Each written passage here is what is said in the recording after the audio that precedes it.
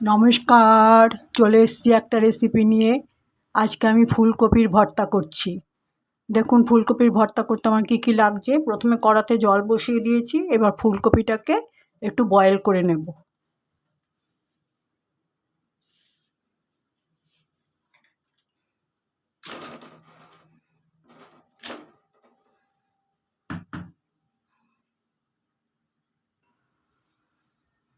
দিয়ে দিচ্ছি একটু নুন।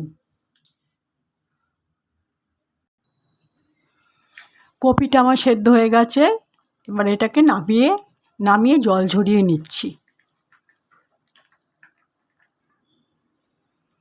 কড়াতে তেল দিয়েছি, তেলটা গরম হয়ে গেছে, এবার দুখানা শুকনো লঙ্কা দিয়ে দিচ্ছি।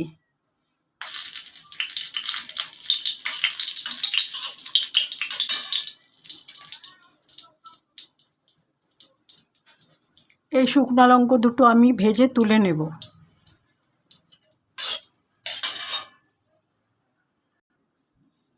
শুকনো লঙ্কা দুটো ভেজে তুলে নিলাম। ভর্তা মাখবার সময় এটাকে ব্যবহার করব।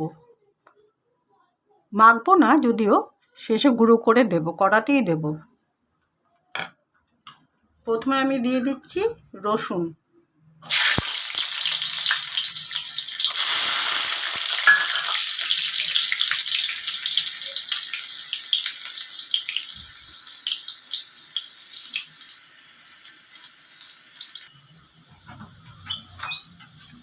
রসুনটা ভাজা হয়ে গেছে, এবার দিয়ে দিচ্ছি পেঁয়াজ।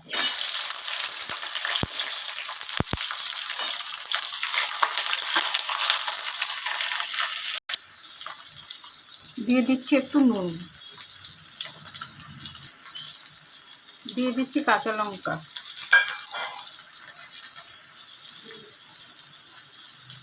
দিয়ে দিচ্ছি হলুদ।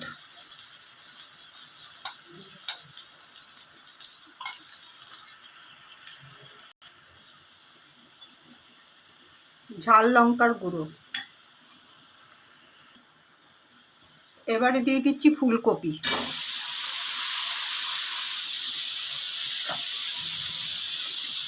সবশেষে আদা দেব।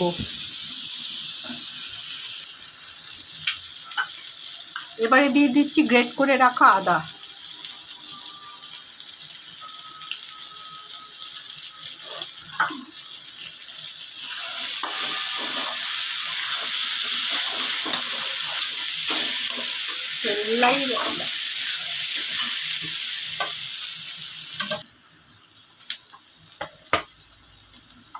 দিয়ে দিচ্ছি একটু কাঁচা তেল।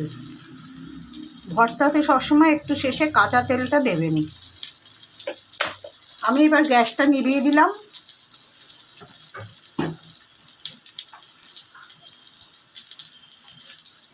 শুকনো লঙ্কাটা এরকমভাবে গুঁড়ো করে দিয়ে দিচ্ছি।